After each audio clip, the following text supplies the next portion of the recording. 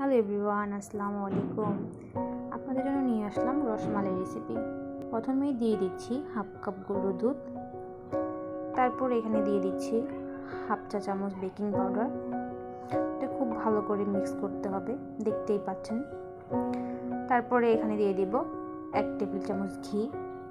খাঁটি ঘিটা ব্যবহার করবেন, তাহলে যে মিষ্টিটা খুব ভালো হবে। তো এটা খুব ভালো করে মিক্স করতে হবে।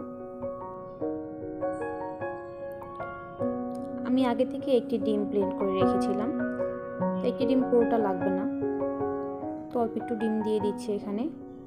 দেখতেই পাচ্ছেন আমার ডোটা আমি কিভাবে তৈরি করলাম। ডোটা খুব সফট হতে হবে। ডোটা আমি 5 মিনিট রেস্টে রেখে দেব।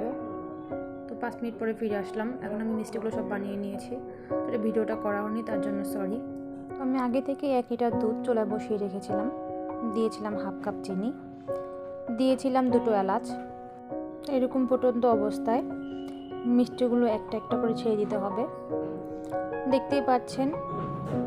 তো সবগুলো একসাথে দিলে হবে না, মিষ্টিগুলো তাহলে ভেঙে যাবে। একটা একটা করে দেওয়ার পরে খুব সুন্দর করে ঢেকে দিতে হবে। দেখতে পাচ্ছেন আমি ঢেকে দিলাম। তো 10 মিনিট পরে ফিরে এলাম।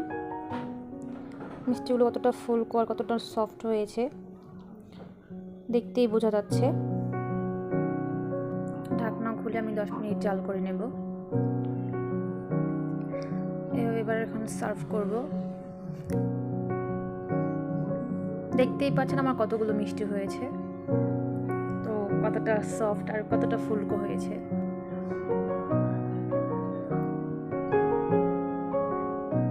আবার একটি মিষ্টি আমি ভেঙে দেখাবো কতটা সফট, তো দেখতেই পাচ্ছেন।